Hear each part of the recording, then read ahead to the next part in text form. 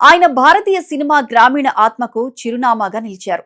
దర్శక దిగ్గజంగా ఎదిగారు. భారతీయ సినీ చరిత్రలో ఒక సువర్ణ అధ్యాయానికి తెరపడింది.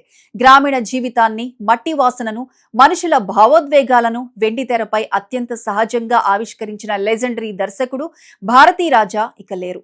తమిళ సినీ పరిశ్రమలోనే కాదు, తెలుగు ప్రేక్షకులు హృదయాల్లో కూడా ప్రత్యేక స్థానం సంపాదించుకున్న ప్రతిభాశాలి భారతీరాజా నేడు తన తుది శ్వాస విడిచారు. ఆయన మరణంతో భారతీయ సినిమా ఒక గొప్ప సృజనకర్తను కోల్పోయింది. ఈ రోజు ప్రత్యేక కార్యక్రమంలో భారతీరాజా జీవిత ప్రస్థానం, ఆయన సృష్టించిన సినీ అద్భుతాలు, తెలుగు సినీ రంగంతో ఆయనకున్న అనుబంధం, ఆయన ఎదుర్కొన్న వ్యక్తిగత విషాదాలు, అలాగే ఆయన సినీ వారసత్వం గురించి తెలుసుకుందాం. భారతీరాజా అసలు పేరు చిన్నస్వామి. 1941 జూలై 17న అప్పటి మద్రాస్ రాష్ట్రంలోని తేని ప్రాంతంలో జన్మించారు. సినిమా మీద అమితమైన ఆసక్తితో చెన్నై చేరిన ఆయన మొదట్లో ఎన్నో కష్టాలు ఎదుర్కొన్నారు. కానీ తన కలను మాత్రం వదల్లేదు. కన్నడ ప్రముఖ దర్శకుడు పుట్టన్న కణగాల్ దగ్గర సహాయకుడిగా పనిచేస్తూ సినీ భాషను నేర్చుకున్నారు. ఆ తర్వాత పి పుల్లయ్య, ఎం కృష్ణన్ నాయర్, అవినాశి మణి, జగన్నాథన్ వంటి ప్రముఖుల వద్ద అసిస్టెంట్ డైరెక్టర్ గా పనిచేసి మంచి సినిమా తీయడానికి అనుభవాన్ని సంపాదించారు.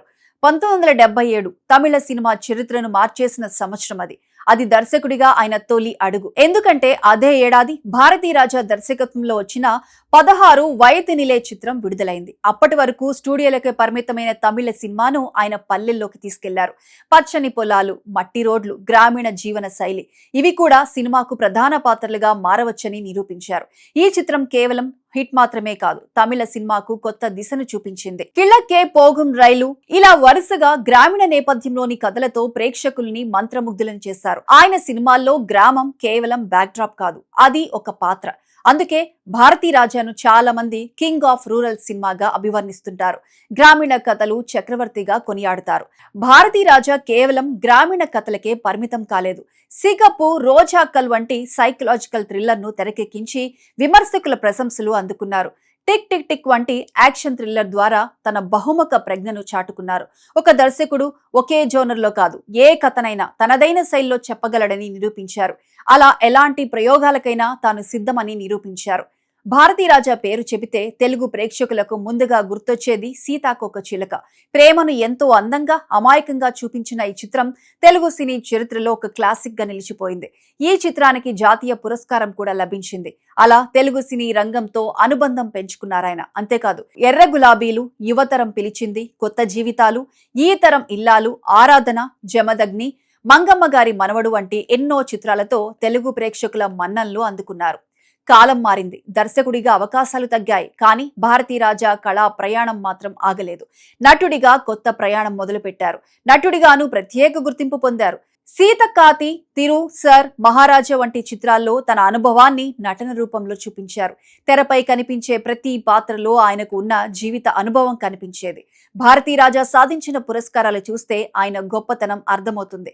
2004లో భారత ప్రభుత్వం పద్మశ్రీ పురస్కారంతో సత్కరించింది. అనేక జాతీయ చలనచిత్ర పురస్కారాలు ఆయన ఖాతాలో పడ్డాయి. సీతాకోక చిలుక చిత్రానికి ఉత్తమ తెలుగు చిత్రం జాతీయ అవార్డు లభించింది. ముదల్ మర్యాదైకి ఉత్తమ తమిళ చిత్రం జాతీయ అవార్డు, వేదం పుదిదు చిత్రానికి జాతీయ గుర్తింపు వచ్చింది.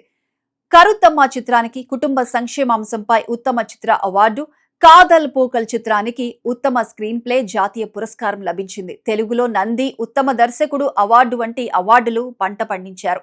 అనేక ఫిలింఫేర్ అవార్డులు, SIIMA lifetime achievement award, ఇలా ఆయన సినీ ప్రయాణం అవార్డులతో పండింది. భారతీరాజా కేవలం సినిమాలు మాత్రమే తీయలేదు, ఎంతో మంది నటీనటులను పరిశ్రమకు పరిచయం చేశారు. కార్తీక్ వంటి స్టార్ హీరోలను ప్రేక్షకులకు అందించారు. శివాజీ గణేశన్, రాధా, కమల్ హాసన్, సత్యరాజ్, శ్రీదేవి తదితరులను వైవిధ్యభరితమైన పాత్రల్లో నటింపచేశారు. ఆయన వద్ద పనిచేసిన అనేక మంది తర్వాత ప్రముఖ దర్శకులుగా ఎదిగారు. ఆయన ఒక వ్యక్తి కాదు, ఒక సంస్థలా పనిచేశారు. భారతీరాజా వ్యక్తిగత జీవితంలో విషాదం వెన్నాడింది. సినిమాల్లో ఎన్నో భావోద్వేగ కథలు చెప్పిన భారతీరాజా జీవితంలోనూ విషాదాలు తక్కువేమీ కాదు. గతేడాది ఆయన ఏకైక కుమారుడు మనోజ్ భారతీరాజా ఆకస్మికంగా మరణించడం ఆయనను తీవ్రంగా కలిచివేసింది. తండ్రిగా ఆ బాధ నుంచి బయటపడటం చాలా కష్టమైంది. కుటుంబ సభ్యుల వద్ద కొంతకాలం గడిపి తిరిగి చెన్నైకి వచ్చినప్పటికీ ఆ దుఃఖం ఆయన మనసును వెంటాడుతూనే ఉంది. అనంతరం ఆరోగ్య సమస్యలు కూడా పెరిగాయి. చివరి రోజులు భారంగా గడిచాయి. వయో సంబంధిత సమస్యలతో పాటు ఆరోగ్య సమస్యలు తలెత్తడంతో ఇటీవల చెన్నైలోని ఓ ప్రైవేట్ ఆసుపత్రిలో చికిత్స పొందుతున్నారు. అయితే పరిస్థితి విషమించడంతో నేడు ఆయన తుది శ్వాస విడిచారు. ఆయన మరణ వార్త తెలిసిన వెంటనే తమిళ్, తెలుగు సినీ పరిశ్రమల ప్రముఖులు దిగ్భ్రాంతికి గురయ్యారు. అభిమానులు, శిష్యులు, సహచరులు కన్నీటి నివాళులర్పిస్తున్నారు. కొంతమంది దర్శకులు హిట్ సినిమాలు ఇస్తారు, కొంతమంది ట్రెండ్ సెట్ చేస్తారు. కానీ చాలా అరుదుగా కొందరు మాత్రమే ఒక కొత్త సినీ సంస్కృతిని సృష్టిస్తారు. భారతీరాజా అలాంటి దర్శకుడే. ఆయన సినిమాలు కేవలం వినోదం కాదు, సమాజం, ప్రేమ, కుటుంబం, గ్రామీణ జీవితం, మానవ సంబంధాలపై అధ్యయనం. భారతీరాజాకు వారసత్వంగా ఆయన పద్ధతిలో చిత్రాలను రూపొందించారు కొత్త దర్శకులు. నేడు భారతీరాజా మన మధ్య లేకపోవచ్చు, కానీ ఆయన చూపించిన పల్లెబాట, ఆయన సృష్టించిన పాత్రలు, ఆయన తెరకెక్కించిన ప్రేమ కథలు, ఆయన చెప్పిన మానవీయ విలువలు ఎప్పటికీ తెలుగు, తమిళ ప్రేక్షకుల హృదయాల్లో జీవిస్తూనే ఉంటాయి. ఒక సినీ దర్శకుడు వెళ్లిపోయారు, కానీ ఒక సినీ యుగం మిగిలిపోయింది. భారతీయ సినీ చరిత్రలో ఆయన పేరు చిరస్థాయిగా నిలిచిపోతుంది. లెజెండరీ దర్శకుడు భారతీరాజాకు మా 99 టీవీ ఘన నివాళులర్పిస్తోంది.